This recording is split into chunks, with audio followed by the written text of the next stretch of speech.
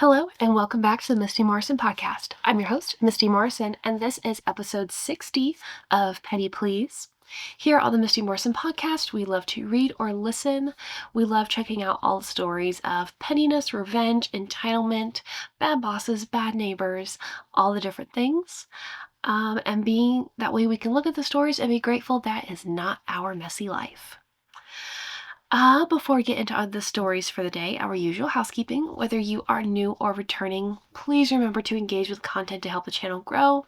I am trying to build a dream, and every bit of online engagement is free and can really help the algorithm. If you are listening on podcast, please leave a 5-star review if you liked it. Anywhere else, give it a like, a heart, a thumbs up, subscribe for more.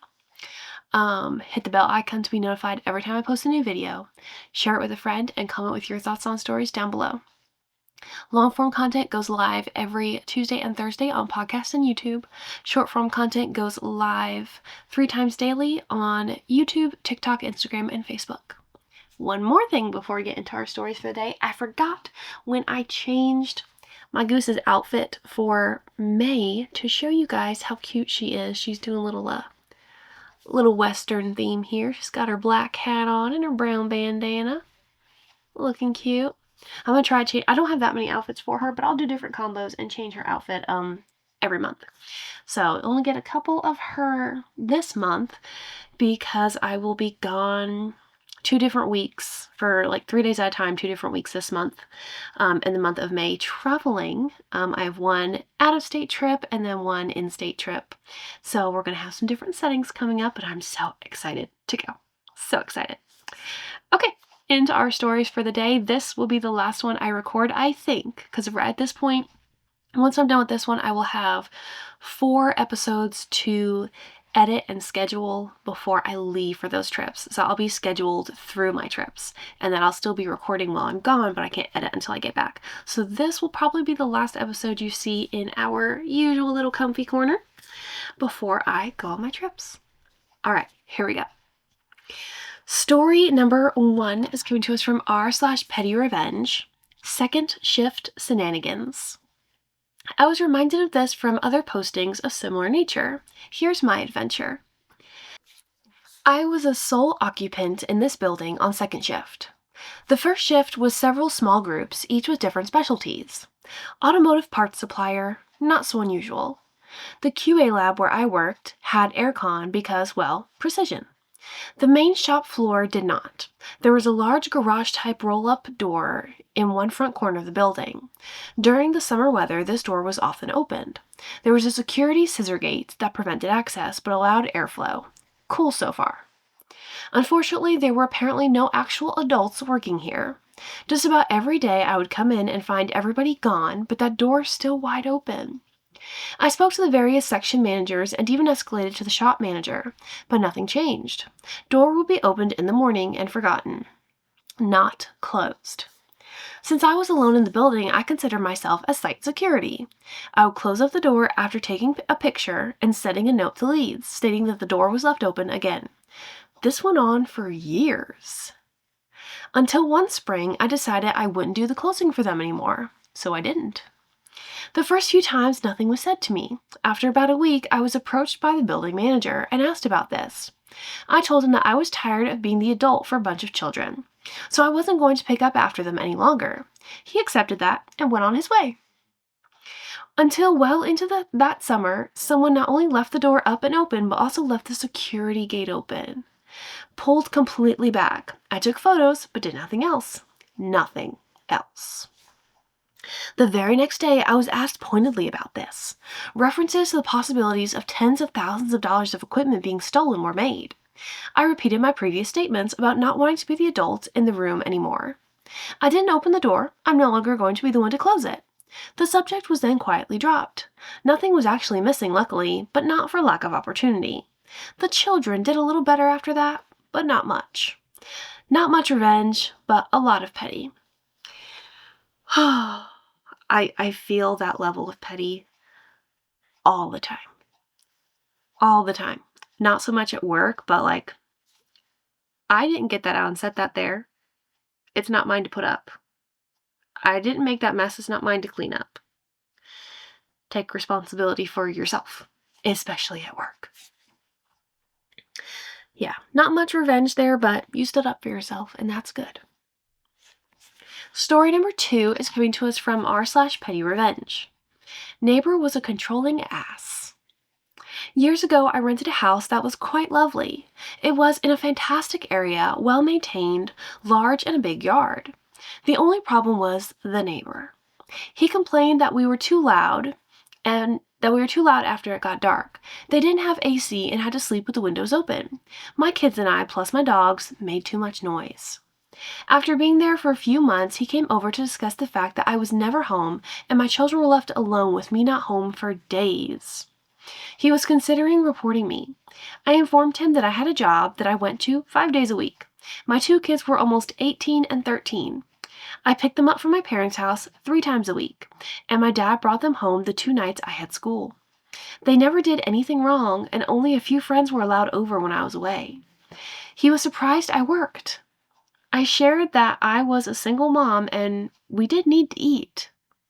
I also told him that he needed to mind his own business and keep his nose out of my life. Revenge? Perhaps petty, 100%. It was the end of the school year, and school ended earlier for his kids than mine. My kids went to a private prep school, and finals were a serious event. His son had a pool party to celebrate, and one of my kids mentioned they were loud and making it difficult to concentrate. So I went over and asked if they could please quiet down. I explained my kids were prepping for finals, and their event was making it impossible. After all, I made an effort when they asked us to be quiet. My oldest graduated a week before their siblings, so it ended up being about 10 days until we would be done for the year. They complied, but the death stare I got when I saw him was fierce. The other event was set up as a long con. Our front lawns were one continuous stretch of grass. He mowed his the same day every week, always at an angle. Used the trimmer every week too. My oldest mowed our lawn 3 to 4 days after him, and it was so obvious. The way the lawn was cut changed every week. A horrible circle, a square that began off-center and continued around, getting larger. It continued for more than a month when he finally came over and offered to mow our lawn along with his each week. Why would I say no? That's hilarious that you are... It's not like you guys weren't cutting the grass at all. It's not like it was overgrown and like a snake den. Like, you were still mowing and it just wasn't pretty. Like, to think of caring that much about, and I've seen the people make like the pretty patterns in their lawns. I don't understand. The logistics don't even work out in my head. But like, I've seen like the diagonal stripes, and I've seen like where it looks like a checkerboard, like where you cross over the stripes. Or maybe it's a basket weave, I don't know. But people get creative. But to think that you care that much about what your lawn looks like, since the 2 lawns are essentially attached, you're like, I'll mow yours for free just so it looks good. To be that dedicated. This worked out well for you. Very, very good. Oh my gosh. Story number 3 is coming to us from r/petty revenge. Someone invited me to play the FAFO game. For anyone not familiar, FAFO, F around and find out. Someone parked their expensive vehicle in a way that blocked the handicap parking spot where we used to live, even crossed the blue line slightly. There were only 2 people, one being myself, who had a handicap plate. I knew the other person who needed it would not be able to get out of their car, so I didn't take the second handicap spot. While we both have valid plates for handicap parking, they needed the spot more than I did. I love it when someone invites me to play the FAFO game. Cue my behavior modification plan. Ooh, I love that phrasing. The parking spot on the offending vehicle's other side was available, with it being that driver's side. I decided I was going to park in a way that left them under 6 inches to get in their vehicle. I even pushed my passenger side mirror in to get as close as possible, leaving them with the only choice of crawling in from their passenger side. Between the day this occurred and when we moved out 6 months later, that vehicle never repeated that again. If they had been pissy and tried to dent my 10-year-old minivan, no sweat. I happened to document their license plate. The neighbors, who needed the handicap parking more than I did, couldn't stop laughing. The elderly woman said it made her day. I bet it did. Stories like that make my day too, because I will be petty over parking. There are lines for a reason. Park at least within the lines, preferably reasonably within the lines. And if you don't park within your lines, or if you choose to park on the line or right on the edge of your line, it's not my responsibility if I take the spot next to you that you tried to ruin and you can no longer get into your car because I parked appropriately within the lines. You were just also parked on my side of the line. Now, there are lines for a reason. For the most part, you can see them quite well. Park within the lines. Common courtesy. Common courtesy. Oh, people who can't park bother me. Okay, I'm moving on. The first comment on that one says, this is righteous anger expressed righteously. 12 out of 10, no notes.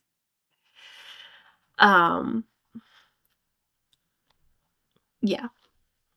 Well done. I mean, behavior modification. Sometimes you just have to show them the error of their ways, and you did nothing wrong in the process, which makes it better. Story number 4 is coming to us from r/petty revenge. Priest gets petty revenge on young altar boys. Nothing salacious about this one, but I just remembered it while chatting with a childhood mate. This happened in the 1970s. We were about 9 years old, and we were acting as altar boys on a particular Saturday, a month or two before Christmas. After Mass, while the priest was out the front talking to parishioners, Mate and I had done all our tidying up. We grabbed a bottle of altar wine and drank a few mouthfuls. Just as my mate was taking a mouthful, Father came in and caught us. He admonished us mildly and sent us on our way. He was a very nice fellow who, even though this was Australia, he had a 1966 black ragtop Chevy Impala. Pretty cool guy. Fast forward to midnight Mass, and the altar boys were lined up afterwards, as it was tradition for the priest to give us all a small gift. Everyone received a block of Cadbury Dairy Milk chocolate, all the fun-flavored ones. When he came to my mate and I, he gave us 2 blocks of Old Gold chocolate, a very dark chocolate that no 9-year-old boy ate. He then said, "Well, boys, I think Mom and Dad might really enjoy some of that chocolate. Penance, like revenge, is best served cold." I like it. The first comment, because it's a short one, says, "This is wholesome petty, and I love it. You weren't humiliated by missing out entirely, but it was a good lesson in not stealing church booze. Then it's up to you to explain to your parents why you had different chocolate than the other kids." Perfect.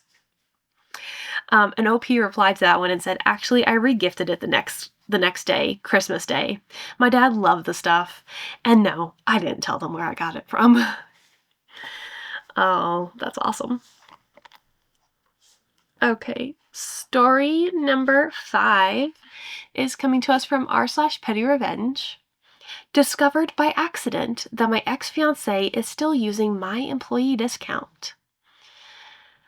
Called my ISP today for generic Wi-Fi troubleshooting triage and inadvertently discovered that my employee discount is apparently still being used by my ex-fiancé at our former residence, which I wasn't aware he was still residing at. The representative asked me if I'd like to terminate the discount at the former residence and if I'd like to have it applied to my current address. Why, yes. Yes, I would, kind sir. Thank you very much. This is a man who believed banging his fists against walls was acceptable behavior, and who also attempted to force intercourse on another occasion. Even when I declined and said no, he still tried to force intimacy and went on a tirade about how I owed him. Dude isn't exactly suffering financially either. He earns over $160,000 per year in salary, an additional $3,000 per month from a side hustle that only eats up a few hours per month, another $1,500 per month in profit from an investment property, and also recently pocketed over $100,000 from the sale of another property. But he can afford an extra $10 a month for internet service. While I earn a comfortable salary, I also have a medical condition that has me on regular immunotherapy treatments, whereas he's totally healthy and able-bodied. I also work far longer hours than he does, not to mention I'm in a far more stressful profession than he is. One small additional step towards administrative closure and course correction. One small recalibration in the ecosystem of righting wrongs. This is good because you didn't go out of your way to do him any harm. The rep was just like, oh, hey, did you know this? Do you want to fix it? And you just took advantage of the discount that was yours, not his. So this was a good one. Nice and simple. Story number 6 is coming to us from r/petty revenge. Be a good neighbor. I have to admit, I can't deal with shitty neighbors. I have severe PTSD due to childhood and other things, and I explode every time someone is being an asshole. I now have a PTSD service dog, and he helps a lot, but I've decided I can't put myself in certain situations, and shitty neighbors are certainly a trigger for me. I sold my property because of such neighbors. They were constantly breaking into my place, helping themselves to my property, shooting their firearms in my direction, destroying my trees. They destroyed the only access road I could use, so if I had a medical emergency, I was really screwed. Effed with my well and my electrical panel. No amount of kindness or reasoning helped. This is immediately a lot. So I decided to do something about it. In fact, I told my friend and agent that I wanted him to find the biggest jerk on the planet, a territorial, confrontational asshole of epic proportions, the most anal and nitpicky nightmare guy possible, and sell it to him.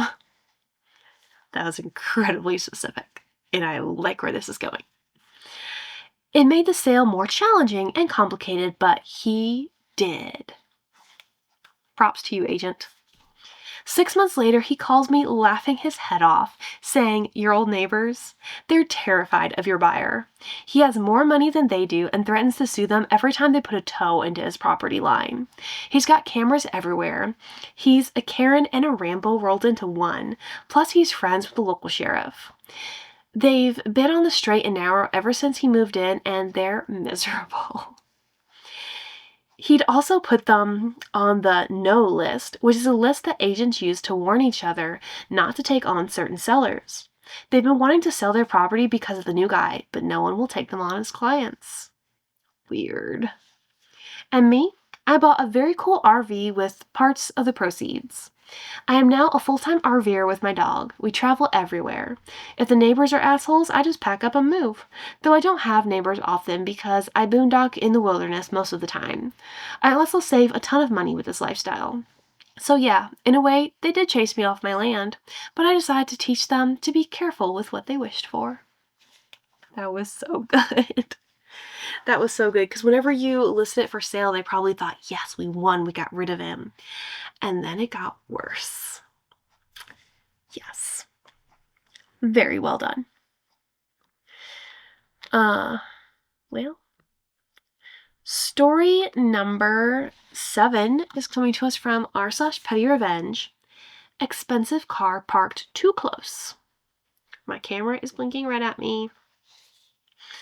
A decade ago, I was working for a big company that had huge parking lots, a parking garage, and still not enough parking spots. I came in pretty early and parked nice between the lines of a parking spot, with my passenger side closer to the line than the driver's side, so I have some room to get in my car. 8.5 hours later, after my shift, grumpy from answering the phone all day, I come back to my parking spot. And this Porsche parked like with his right side totally on my parking spot. He was so close that almost my mirror on the driver's side touched his mirror on the passenger side. That was auto-retracted. Now the thing is, I was driving an Opel Corsa back then. It was an old car, not a classic. It was cheap. So yeah, instead of getting in the passenger side, I squeezed between my car and his car, opened my door against his car, and put some pressure behind my door so I could squeeze in.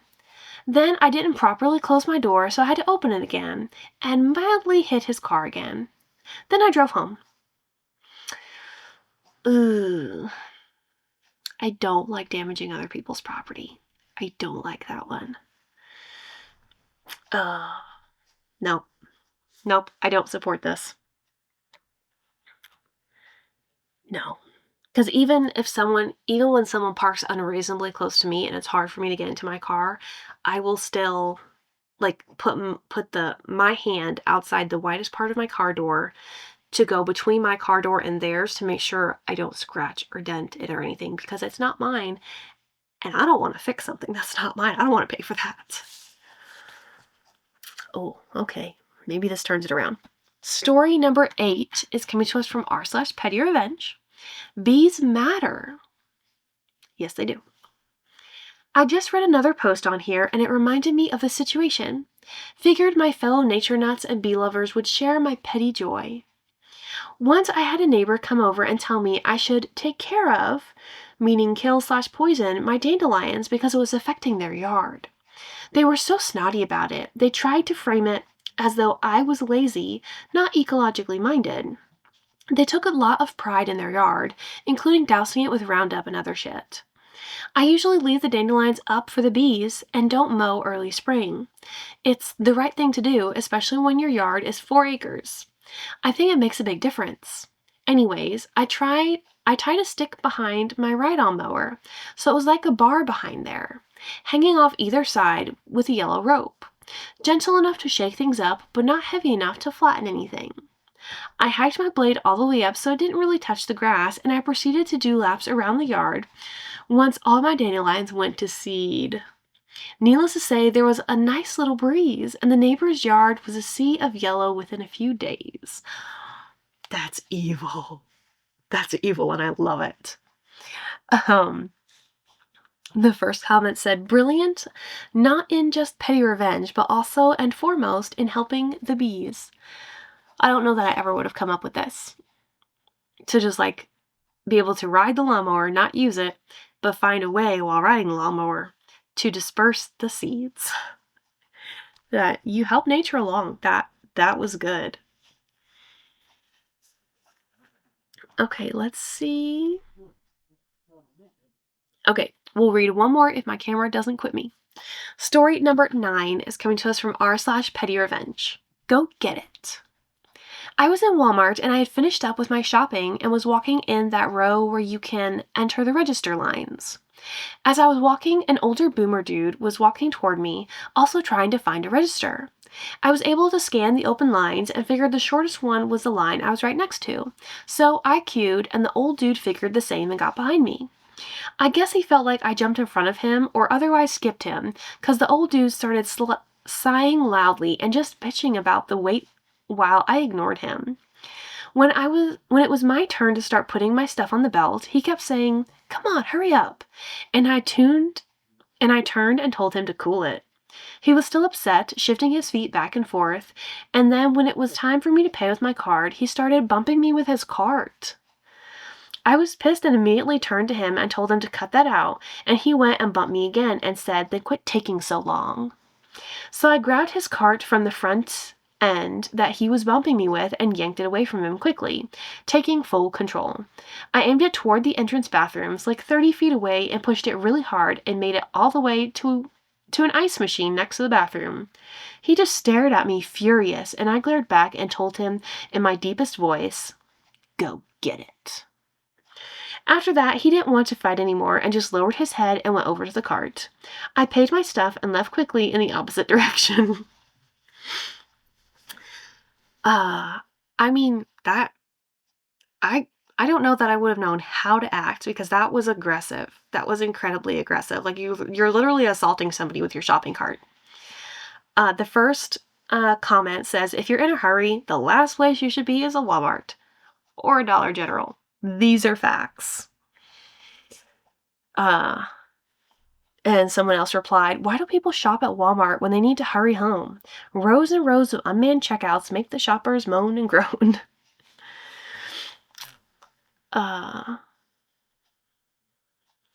Okay. That was a good one. Let me see if we can add a palette cleanser real quick. Oh, no, those are long ones. Okay. No palette cleanser for today because I don't want the camera to die. So that is 9 stories for this week's episode of Petty Please. Thank you so much for being here for another episode of the Misty Morrison Podcast. Remember, start each day with a grateful heart. Kindness changes everything. And I'll see you guys next time from another location. Bye, guys.